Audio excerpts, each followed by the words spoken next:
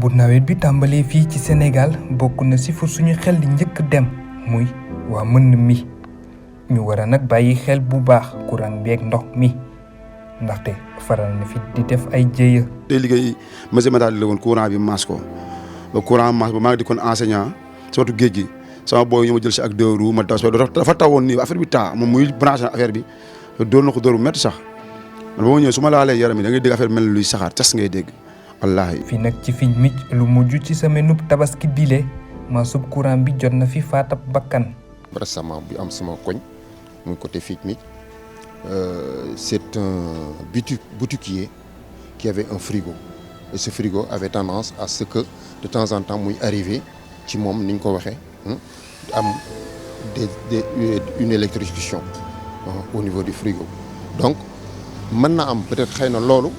moo arrivé à ce que un jour ñu woo ma une intervention rapidement parce que là une dame m'a appelé ma femme personnellement jënd fa il y a même pas 1 minute ñëw dellu si daal ni ma le boutiquier est tombé à l'intérieur ma ñëw donc première remarque bi ma jëkk kii rek mooy man la grille de séparation qui est entre le boutiquier et celui qui achète cette grille avait le courant donc daf ma mbëj comme ni ñu koy waxee ma deltu ginnaaw heureusement comme je connaissais un peu la boutique mu coupé ko mu ko coupé automatiquement ay nit ñëw mais le gars était sur le sol. waaw man ba mu ñëwoon rek wax dëgg yàlla ñu dafa sonn yeewul dafa inconscient ba pare nekkul quoi ñu jéem parce que bitig la bi bitig bi dafa xat xam nga bitigu Sénégal gaz yaa nga fees del lépp nga fees aéré wul mu nu mu tëddee rek baaxul ñu bañ fa jël fekk leen fa tonne personne nit ñu bari amoon ay matériel kooku da nga ko waroon génne fu mu nekk rek yóbbu ko si lieu bu nga xamante ne moo gën a aéré dem ko def mais da nga bitig la matériel baa nga fa xaas baa nga fa da ngay jaxasoo. lii nag lu ñu war a mën a maytu la suñu sukkandikoo ci kàngam bile. courant moom c'est sûr que ñu muy rey bari na trop muy côté installation kër yi en même temps côté installation Senelec parce que des fois da ngay dugg kër goo xam ne vraiment da ngay gis installation bi d'une manière boo xam ne day jéggi dayoo ba nga xam ne day bari risque heureusement peut-être ak nouvelle installation yi nga xam ne dañu prévoir terre en même temps prévoir comment dirais-je il faut nga am coffret am comment dirais-je encore différentiel donc là day éviter coupe-circuit yi nga xam ne day maturé nit ñi surtout appareil dañ ko war a brancher ak terre parce que terre mooy tax ba des fois appareil boo dëggee ci karo mu tooy boo laalee appareil bi du la maas donc yooyu nag il faut population bi xam ko ba nga xam ne terre dafa nekk lu am solo ci say appareil mi frigo télé fer à repasser lu mu doon prise yi dafa war a am terre appareil ñu war a am terre mais fii moom lu si bari duñ ko respecté. li xew fii nag ci fiñ mi di firndeel négligence bi nga xam ne ñu bari ci askan wi am nañu ko. dafa dem ba moment boo xam ne bii moom dafa defar benn oreiller boo xam ne moom la jàppee affaire bi au moment buy def intervention parce que xam na ni kii chaque fois le même problème da koy arrivé donc mu di ko téye di ubbi di jël ay affaire am di delloowaat donc yooyu nekk na yoo xam ni bon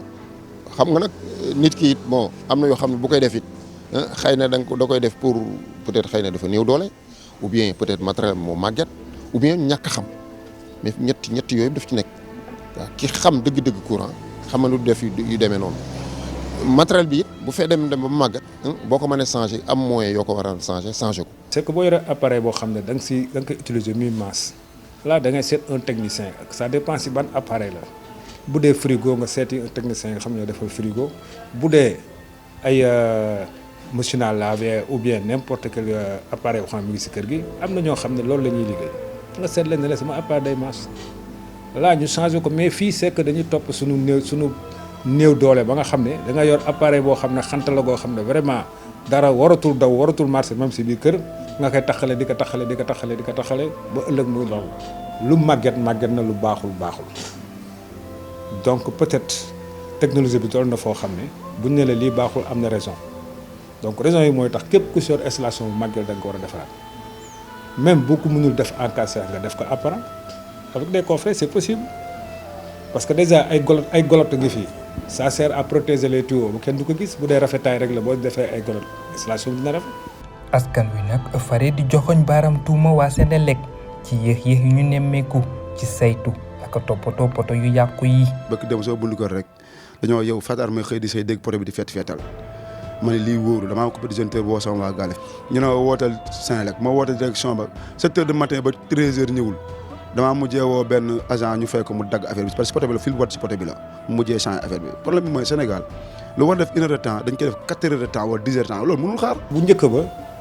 da nga daan dem directement da nga daan def sa installation dem Senelec ñoom ñoo ñëw réceptionné bu ñu réceptionné ba pare ne la léegi mun nga fay mais léegi affaire dafa changé parce que léegi Senelec dañu am beneen domaine beneen place beneen kii boo xam ne ñoo yor secteur courant léegi avant Senelec si ñoom ngay njëkkee te ñoom dañ lay exiger une installation boo xam ne day am terre day am coffret yëpp day séparé woo en même temps am différentiel sans différentiel bi duñ la mun nga monter lépp bu amulee différentiel kenn du ko accordé donc après foofu ngay soog a jógee dem Senelec soog la mun a ñëw poser compteur. vraiment ñi ngi liggéey certes mais suivi lañ dul am seen liggéey ak entretien bi si war déjà coupe-circuit day am fenn ou bien nga gis potelampe boo xam ne wala alimentation da dafay étincelle mais pour nga jot leen ça fait tout un problème dañ naan la maa ngi ñu toos gis kenn tax nga population bu ñu xamulee aussi là day indi ay problèmes yoo xam ne bu ëllëgee nit ñi mën nañ si loru et tout ça nag nit ñoo ko war a moytu nit population bi ñu bari xamuñu il faut ñu xamal leen réellement li si courant danger bi si nekk. gaa nag taw gu fi ay fan yu bëri mel na ni nag ni nit ku nekk war na jël ay matuwaay ba maytu maasub courant ci nawet bi. fu ne fil yaa ngi fay traîner à gauche à droite ñi nga xam ne ñi maanaam ñi ngay liggéey surtout ci yooyu ñu jël seen matukaay rek matukaay bi mooy des fils yoo xam ne bii bu laajee rafistolé ñu defaraat ko les machines bu fekkee machines yi am na anomalie électrique ñu jéem ko réparer ou bien buñ ko mënul ñu woo un technicien ñu def ko. waa surtout ñuy génn si mbedd bi ñu ëpp risque sax ñi si kër yi parce que potu lampe yi surtout bu fekkee ne dafa nekk en fer wala poto yu mag yi nga xam ne yëpp fer la bu ci taw bu ko kenn jege c'est pas sûr bois bi sax moo tane. et puis foo gis koñ boo gis mu am ay fil yoo xam ne gis nga filu poto lampe bu génn wala filu courant bu génn bu tawee fexeel bu fa kenn jege parce que kenn du ko isolé da nga gis poto lampe yi peut-être nga gis poto lampe bu oto mbëkk mu daanu ñu bàyyi ko noonu muy lang ou bien garab daanu dal si ñu bàyyi noonu muy lang bon peut-être bu si nit ñi gënee bàyyi xel rek dina éviter lu bari parce que problème bi mooy. Il faut aussi ñu comprendre leen waa Senelec parce que peut-être aussi ñoom it moyen ni ñu war a am à 100% yëpp amuñu ko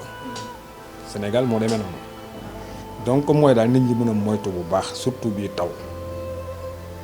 kër yi ñu xool boo demee ba wóor ne gis nga fii masse couper disjoncteur complètement éliminer kër gi bu ko defee à partir de disjoncteur bi fa la courant di yam jëm si kaw poto bi. te fexeel ba nag loolu nga xam ne moo jóge ci poto bi wàcc ba suuf disjoncteur bi boo fa kenn jege loolu rek moo mën a muccal nit ñi ci problème courant. ñi nag nga xam ni ñoo faral di taxawu ñi leen di victime yi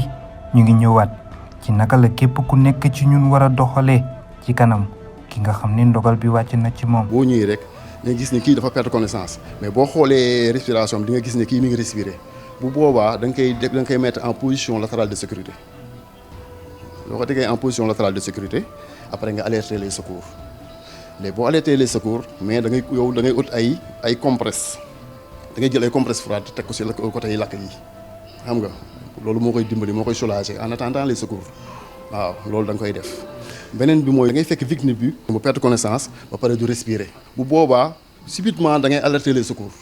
léegi boo wootee après yow doo taxaw yow da ngay def réanimation cardio-pulmonaire. mais yooyu yëpp may wax nii il faut nga maîtriser ko pour nga def ko du n'importe qui moo ko mën. te defe naa première chose boo ñëwee yoroo benn matériel yow sax xam mooy sa loxo rek nga mën a yeewee nit ki mais léegi yow yoroo dara amuñu ñoom ñu fa jiitu xamuñu ne parfum sax mën na def prévention wala alcool yow boo ñëwee yor loolu yëpp sa loxo mooy nga mën a indiwaate victime bi soo defee lu metti sax ñu yuuxu bu ko def bul def nii xam nga loolu après yow yow mi xam yaa def sax boo teewul rek da ngay énervé wu quoi wala nit ñi après dañuy nekk si ñoo xamante ni yow après duñu doo comprendre quoi jikko Sénégal li njëkk mooy boo xamulee dara da ngay assister buñ la mën a yónni benn affaire defal ma lii nga dem def ko ki am fitu ñëw wala bu amul sañ-sañ ba xam ne mën na ko ndax même boo ko xamulee bàyyi ko mu jéem mais yow xamoo da nga dem taxaw di seetaan nit ki ñëw nga gën ko indi coow lu bari quoi da ngay dem ba yow mi nekk ci victime bi sax da ngay am problème. intervention sapeur nag xaw na sooxe mbir fii ci suñu réew ba tax na ñoom ñii di secouriste yii ñu ngi ñaax askan wi ci jàngum doxalin yu njëkk ci yenn jéye yu ni mel. may wax chaque jour ma ne normalement kenn ku ne kër gu nekk dafa war a am benn secouriste parce que risques yi nekk ci kër yi bari na te toujours di nga gis nit ku dee te li ko rey lu ndaw moo ko mënoon sauver mais lu ndaw loolu nit ñi duñ ko xam waaw moo tax kenn ku nekk kër gu nekk il faut ñu jéem a def lu tout ba mu am benn secouriste waaw loolu yaakaar naa ne loolu priorité la ci réew mi fi mu toll nii. promotion yi naka ñëpp ni boo nekkee fenn gis nit ku xëm wala ci oto wala ci dara nga koy wax sax nga xam ne kii moo ngi yëngatu wutal alcool nga def ci coton taf ci bakkan bi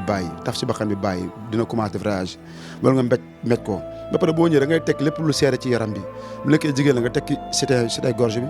tekki cravate kii bi bouton bu nekkee góor nga tekki tubéy bi wala sër nga tekki ko xam nga am naa mën nga def nga xam ne kii day dimbali nit ki quoi yooyu foog mu aéré ba moom si boppam ba dara du ko téye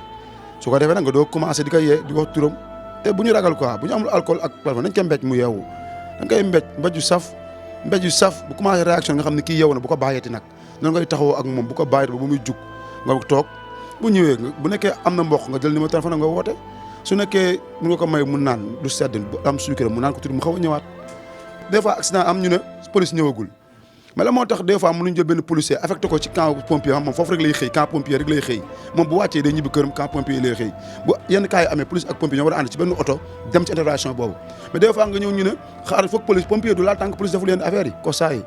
léegi kooku day taxaw di xaar léegi xaar ba xam ne bu rëccee ba kosaa benn sens la am. bu ñu sukkandikoo ci secouriste yi nag nguur gi war na doxee jéego yu bëri ngir rek mën a maytu yenn jéye yi